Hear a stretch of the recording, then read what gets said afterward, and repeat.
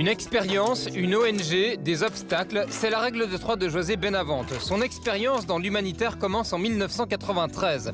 Il entre à l'Institut Bioforce Développement, une école de Vénissieux près de Lyon qui forme près de 2000 personnes par an au métier de l'humanitaire. José Benavente y apprend les techniques d'approvisionnement et d'assainissement de l'eau, tout comme Denis qui a tourné cette vidéo de présentation pour l'Institut il y a peu.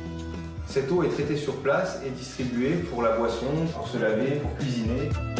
José Benavente rejoint ensuite le Comité international de la Croix-Rouge, endosse de nombreuses missions, Sierra Leone, Burundi, Soudan, Irak, Kosovo, Angola. En 2006, il parfait sa formation en obtenant un brevet de pilote professionnel.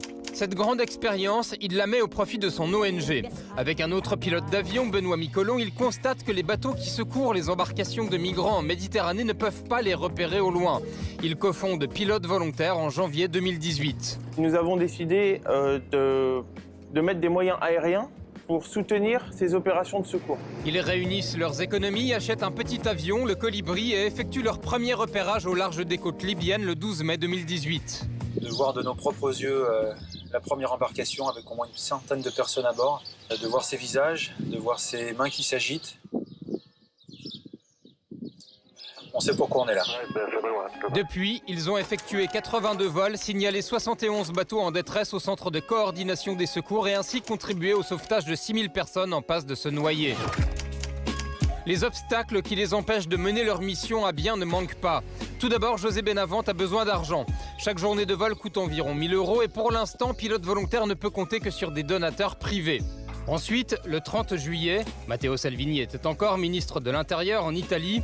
L'aviation civile a bloqué le Colibri au sol à Lampedusa pour des raisons que José Benavente conteste.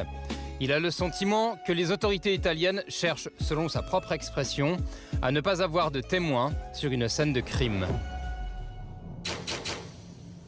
On a vu votre avion, un si petit avion pour une si grande mer Méditerranée. Ces missions qui consistent pour vous à repérer ceux qui ne sont pas vus, ces migrants qui naviguent et qui dérivent plutôt qu'ils ne naviguent, comment vous choisissez techniquement, concrètement? Vous survolez une zone de façon aléatoire? Comment vous faites? Alors non, la zone n'est pas aléatoire, elle est très bien définie. En fin de compte, elle fait environ 150 km de long sur 50 km de large. Et c'est à cet endroit, dans ce rectangle, que se sont retrouvées en grande détresse 90% des embarcations qui ont été secourues à un moment ou un autre, entre autres par les organisations humanitaires telles que SOS Méditerranée, Médecins sans frontières et d'autres. Où est cette zone? Alors cette zone, elle se situe au large de la Libye. Et c'est dans cette zone qu'on s'efforce de patrouiller de la façon la plus constante possible. Avant de décider d'une mission, ce qu'on observe, c'est les conditions météorologiques. Ce qu'il faut bien avoir en tête, c'est que ces bateaux sur lesquels s'embarquent ces personnes exilées ne sont absolument pas faits pour une traversée quelle qu'elle soit du reste.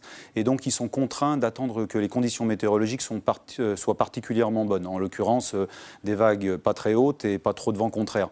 Donc on observe de très près ces conditions-là également, et lorsqu'elles sont propices, on se doute qu'il va y avoir des départs et on décide de la mission.